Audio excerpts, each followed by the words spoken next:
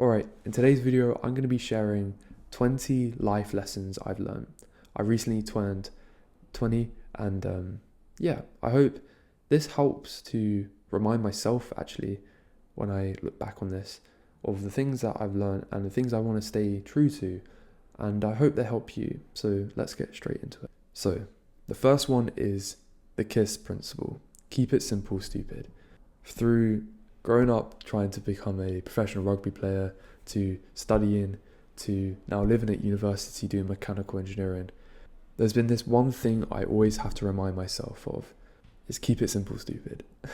The more simple something is, the more beautiful it can become.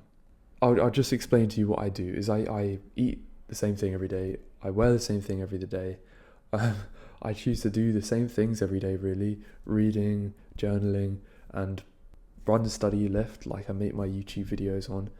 And that allows me to live a more simple but more meaningful life for me, because within the boredom, within the simplicity of it all, there is tremendous beauty, and that's the thing that I love the most about it. The second point is compare yourself to who you were yesterday and not to who someone else is today. When I was 14 years old, I deleted social media. I have a tendency to really be addicted to certain things. Like I have an addictive personality. That's why I find it easier to eat the same thing every day and wear the same thing every day, because when I get a cool outfit I like, I'll just wear that for a month. And the problem with social media is that it can become an addiction. And I think for me, when I look at people on social media, it's so difficult to judge yourself upon someone who's done so many different things and is so in such a different standpoint than you. So my advice is, when you see someone on social media, don't compare yourself to them. Get a journal, look at what you did yesterday, and only compare yourself to the person you were yesterday. And that allows you to have this humbling ability to always be improving and growing, and not compare yourself to who someone else is yesterday, but compare yourself to who someone is today. And what really helped me do this was I deleted all Instagram and Snapchat. And then recently now I've tried to block off YouTube as well, because I found it that really hard to focus on making these videos as authentically as I can and as myself and coming from me. So you don't have to delete social media, but you have to find a way to feel like you're in control and have a choice. And I think a lot of people like my age, a lot of guys, a lot of girls, don't have a choice anymore to compare themselves to themselves. And if I give myself a piece of advice is, look, get yourself a journal or a Kindle Scribe. I love this thing. Sit down, ask yourself some questions, and just compare yourself to yourself. Stop looking at what everyone else is doing and just focusing on yourself. Have the self-respect, build this pride within yourself. And that's one of the things that makes me truly happy, is that when I look at myself and become more proud of myself and happier within myself, I become a better person for my girlfriend, for my family, for my friends, and my life becomes better because I figured my own shit out. And when you become a bigger, more centered person and you're comparing yourself to yourself yesterday rather than anyone else today, you can grow and you can become a better person. The third one is similar to the first point, which is live a boring life. I believe a boring life is more important than a fancy life. I've read a lot of Ryan Holiday's books, which I really recommend. He goes over ego is the enemy, discipline is the key, discipline is destiny. All of those books, I love them. But one thing that he stands out with, I don't think it was in his books, but he did a podcast on it, is that he said there's 3 components within life: work, love, and scene. And you have to pick 2. Okay, if you cannot do all 3 really well. So I'll give you an example. For like me at university, I've picked work and I've picked love because I love my family, I love my girlfriend. Hello? I can't do both of those extremely well if I'm also partying at university and getting drunk and drinking a lot. So I had to sacrifice the party scene. I have to sacrifice drinking alcohol to do work and love extremely well. and also factor in my health and make myself healthy within that. You know, I really don't think you can balance more than 3 or 5 things. And that's why making this YouTube channel, like, this is one of the only things except for studying and working out I do, because I want to put all my energy into 1 or 2 things that I can do for a long period of time and become really good at. And making my life boring allows me to make things that I wouldn't have been able to if I wasn't as focused on living a more focused life. The 4th point is your environment trumps will. Recently, after I finished my exams, I come into a bit of a rut. And the reason for that is I switched between these 2 different mindsets of you're responsible to everything that happens to you in your life, or you are a victim to it. And why I'm saying environment trumps will is that if you want to be a more disciplined person, you have to be disciplined with your environment. And I got this from Atomic Habits book, which is like really great. I highly recommend it. As I was saying about addictions and social media, is that you can either be a victim to it and say, oh, I can't do anything. I'm addicted to it because the algorithm. I'm addicted to it because my phone's so distracting. When actually you have a choice now to get rid of it, block it, put limitations on it, restrictions, set yourself some rules to be able to not get as distracted. And that for me is when my life changed, when I stopped going to social media as much. I realized my environment trumps my will, and I realized I need to take control and take ownership over my life. And that's when I realized discipline is actually freedom, because it allows you to have the freedom to become a person that you wanted to be, but your environment was holding you back. And let me tell you now, whatever environment you're in, I know it can be hard, but you can create a different one, because it is your responsibility, and whatever happens is in your control. Okay? I know this might be a bit extreme view compared to different things, but for me, that's what worked. I was never good at studying. I found it really hard to focus, and reading Atomic Habits really helped me. I had this limiting belief of not thinking I could study because of my dyslexia. I didn't even have a place to study because I'd never really thought about it before. And that's when I realized environment trumps will. I need to make habits. I need to make a place where I can work, where I can focus. And in that time, I need to get rid of my phone. I need to get rid of distractions, using blocking apps, using things to stop myself from just getting distracted, and focusing really on what's essential. And there's this story within Atomic Habits where they talk about like people coming back from Iraq and how a lot of them were addicted to like cocaine and stuff like that. And the reason for that was their environment, because everyone else was doing it. And when they came back, a lot of them didn't relapse because they were in a different environment and it didn't make them do it. So whatever your cocaine is, whatever your addiction is, and for me that's social media and YouTube and getting distracted with things like that, find a way to have control of it through changing your environment. So the next point, the 5th point, is make friends with people who want what is best for you. A couple of these points are from the book 12 Rules for Life by Jordan Peterson. I love that book. It really helped me a lot.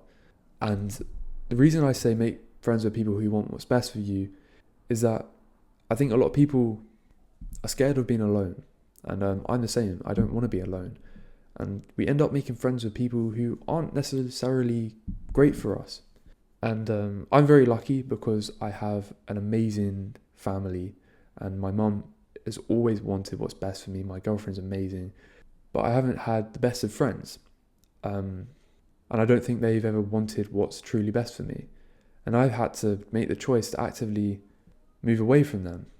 And I guess what I'm trying to say is be very careful with the people you surround yourself with, because they can create a different environment that's outside your control. And I'm not saying be alone, but I'm saying be very careful with who you surround yourself with, because you are an average of the people you surround yourself with. And sometimes you have to cut them off, and sometimes you have to move forward. And the way I think about it is, some friends, like old friends that you make, are like old shoes, right? And sometimes you outgrow them, and sometimes they don't fit anymore. And that's okay to move on and Maybe in the future you might come back to them and they may be the perfect fit, but sometimes it's okay to put them in a closet and come back to them later. And that's the way I like to look about it. And the reason I say this is because if you truly want to be great at whatever you're doing out there, you want to be with people who bring you up and not bring you down. So when you're going out on the weekend, are you getting drunk? Are you around all your friends and going clubbing and then coming back and then losing your whole weekend from drinking and getting out of control? And I think it's just sad. It's self-assisted destruction, and that's our society and we promote it. And it's very hard to find friends that don't do that, but you have to wait and you have to be patient for it if you don't want friends like that. And for me, I don't have many friends because of that, because a lot of people at university are like that. And I'm okay with being a bit lonely and a bit on my own with certain things, to sacrifice not being friends with people who don't want what's best for me. The next point is talk less, do more. I got this from Ego is the Enemy by Ryan Holiday. And this book really changed how I thought about myself, because I did have an ego. I was really attached to my achievements, the things I've done in my life. And one thing that he says in that book is that none of it really matters. And if you want to do something, just go do it. Don't tell people about it. Don't tell people your goals. Just go and do it. Be silent. I started this YouTube channel. I didn't tell anybody about it. I just did it, okay? Because you don't need to tell anyone. And let the action do the talking, okay? Because the more you talk about something, the less it's getting done. And if you talk about it, all right, it's almost like you're telling yourself you've already done it. And it's something that I found really hard initially, to not tell everyone, oh yeah, I'm going to start a YouTube channel, or yeah, I'm going to do this, I'm going to do that. And what you find is that a lot of people say, oh, I'm going to do this, I'm going to do that, I'm going to go on a diet, I'm going to change my body, I'm going to work out more, I'm going to lose weight. And what happens? They don't do it, because when they start telling other people, it becomes this egotistical thing where it's not a humble thing. They're not doing it for themselves, they're doing it for the recognition of others. And for me, I've realized that whatever I do, whatever goals I have, make them your own. You don't need to share them. If they truly, truly matter to you, you do not need to tell anybody about them, okay? Because what will happen is that your action will talk for you. And that's something that I realized. And the seventh point is do the thing. I think Chris Williamson did this. He talked about this quote that I made a video about. It really helped me, because whatever you're doing out there, just do it. Just do the thing that truly matters to you. Don't talk about it. You don't have to always learn about it. You can learn through doing. And that's how I made this YouTube channel. That's how I learned to study. I just started studying and then learned and tried to get better every single time I did it. Okay, and you learn through doing. You don't learn through watching or seeing other people do it. And especially at this year at university, I learned the difference between tacit and explicit knowledge. And explicit knowledge is something that you can gain from writing down. But then tacit knowledge is the thing that is the most important. It's the thing that you learn through doing. And that's the thing within businesses and doctors, and transferring that knowledge down is the hardest thing to transfer, because you can't gain it through a book. You gain it through experience, okay? And that's the most important type of knowledge. And you only get that through doing the thing. The next step is organize every day. I've talked about on this channel a lot, time blocking your time, and I really believe in it.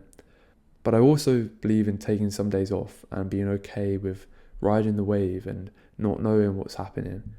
So I think it's really important to have strict schedules, productivity. I got this from Carl Newport's book, and it really helped me. So when I'm at university, I work from 9 to 5 and treat it as a job.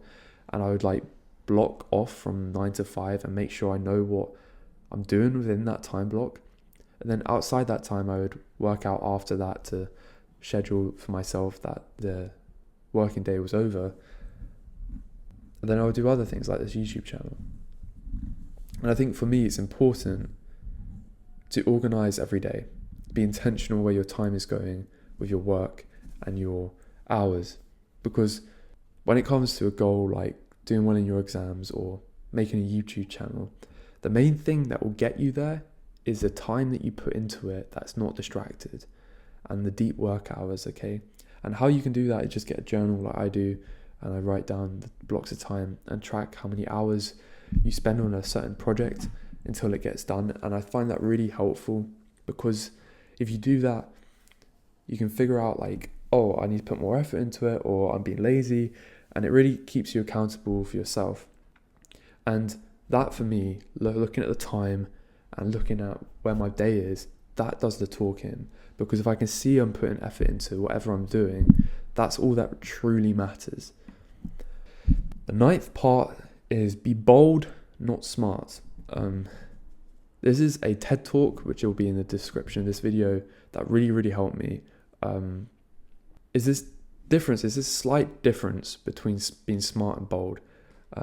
Smart people are people like me and you. When we try and do something, we almost always overthink it. We think about what's the worst thing that could happen. What can I lose from this? Oh, imagine how horrible making a YouTube channel and getting people to judge you and like call you weird names or whatever. But being bold is always seeing opportunities as something you can gain from and not something you can lose from. And I think this attitude from being bold, not smart, is so important in life, because when I made friends at first year and I was trying to go up to people and talk to them, I made this like 3-second rule. I'll count down to 3 and I'll go and talk to them, okay? Because most of the time, the best thing that can happen is that you make a friend, okay? And I was making sure that I was focusing on what I can gain from and not from what I can lose. And that distinguish point is so valuable. Look at scary things that you want to do as something you can gain from and not what you can lose from. And that's probably one of the most important things that I try and do every day. I try and think about what I can gain from a certain thing and not what I can lose. The 10th point is trust your gut. When I wanted to become a mechanical engineer and do engineering, I had this gut feeling that I wanted to do it. And that Manchester, where I am at university, it was the place for me. And I'm so happy I had that gut feeling and I trusted it. And I don't know how to describe it, but whatever your gut feeling is, what you want to do in your life, and this gut feeling of I need to leave my job, or I need to do this, or I want to do that, just trust it and lean into it and follow it and move forward from it. And yeah, trust your gut.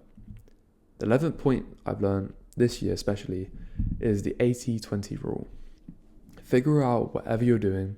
So I'll give an example for me. When I was studying, I figured out that 20% of my effort equals 80% of my result, okay?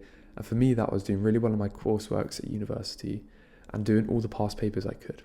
So I realized if I did all the past papers, that's probably the biggest thing that will help me do well in my exams.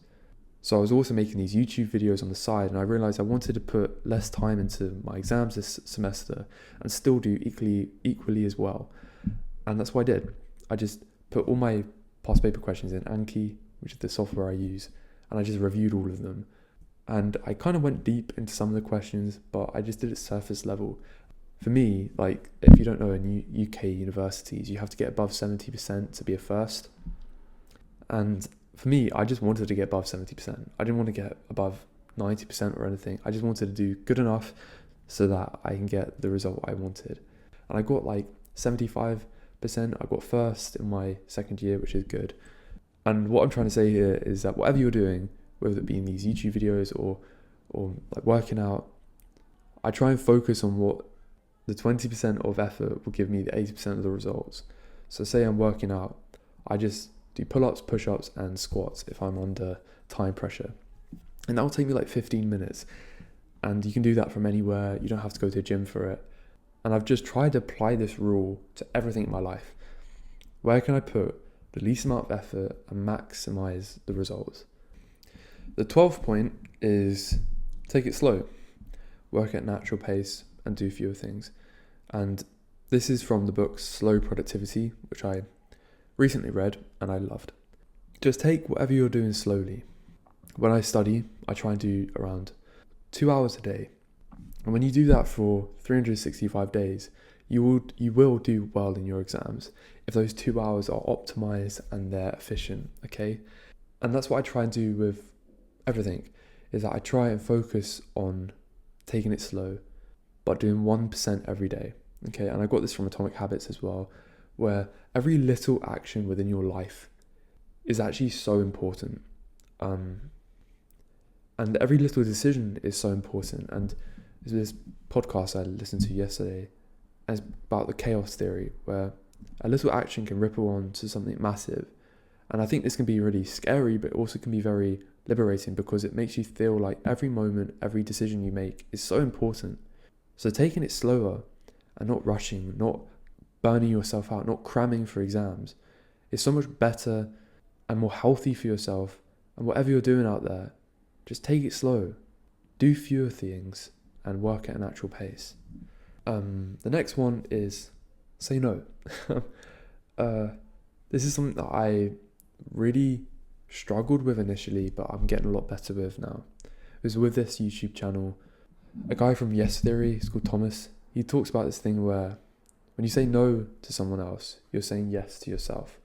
And I think that's so important, because whatever you're saying no to, you're also saying yes to yourself. And no is a complete sentence, okay? It's good to have boundaries. It's good to tell people, like, you prioritize yourself. It's good to say no, and it's good to prioritize yourself and know what your boundaries are and stick with them, and say to someone, okay, look, I can't meet up with you now because I'm doing this. Do you want to meet up then? And not always be a yes man.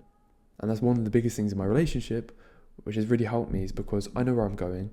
I have a direction, and I think my girlfriend likes that about me, because she knows that I'm not just going to say yes to everything, and that's really good. That's really healthy. The next point, especially with a relationship, which is good, is be consistently good rather than occasionally great.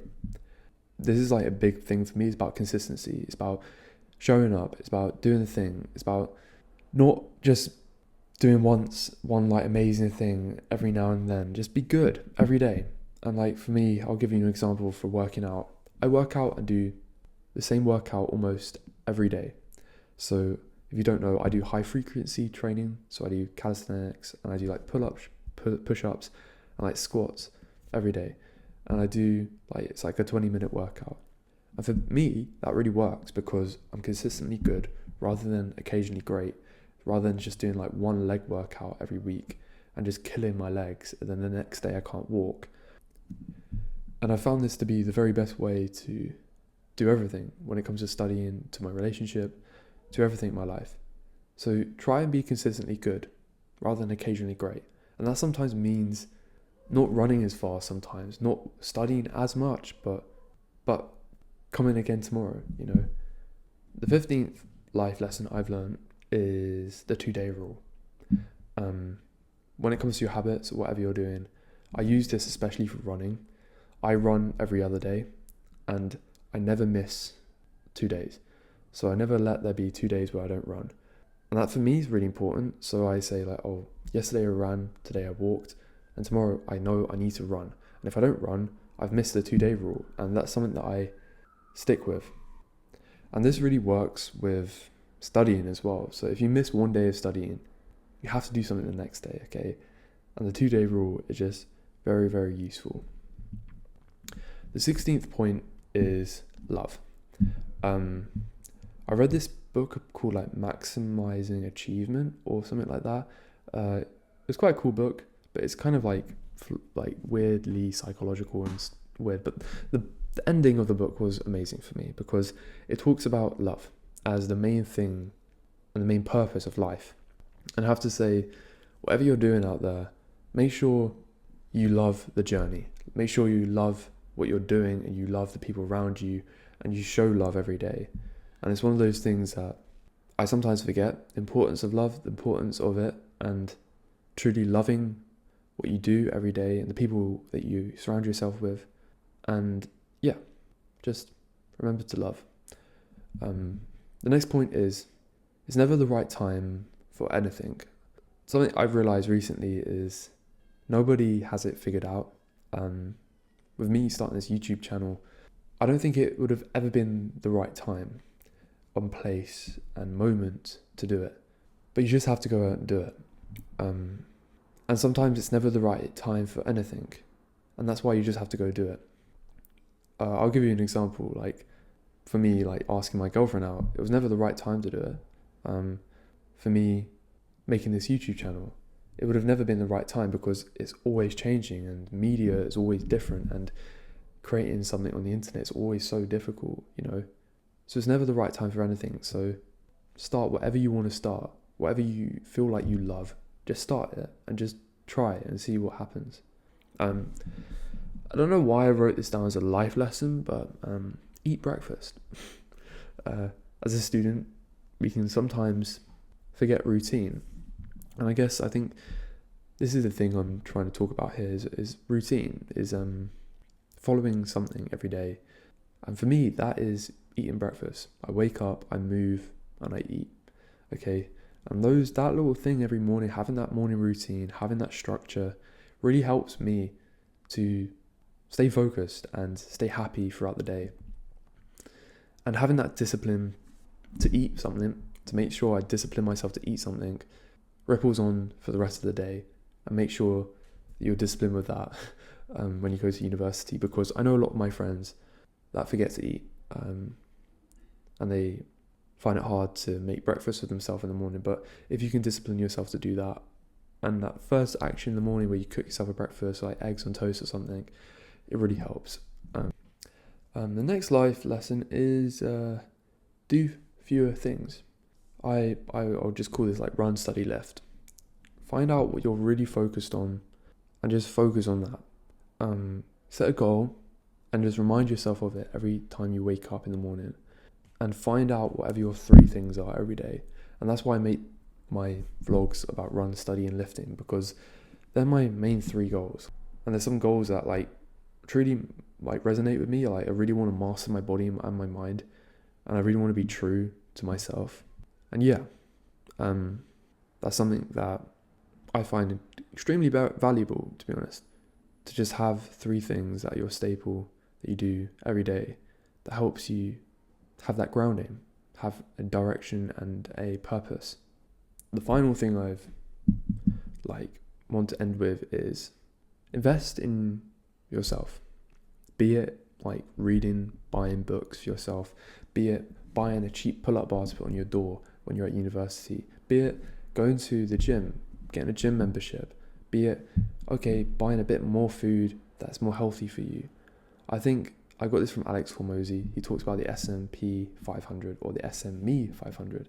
And if you've got money, don't always just save it. I know that's like a contrarian view. I think if you've got money, put it into yourself, because if you can create money with being healthy, with being happy, that's the best thing, and you'll get the biggest return on investment over just saving your money. So invest in your health, invest in you, invest in books, invest in knowledge, invest in courses, invest in like some sort of thing to make you learn better. And whatever it is out there, just do your thing. Hope you have a beautiful rest of your week, and I'll see you in the next one.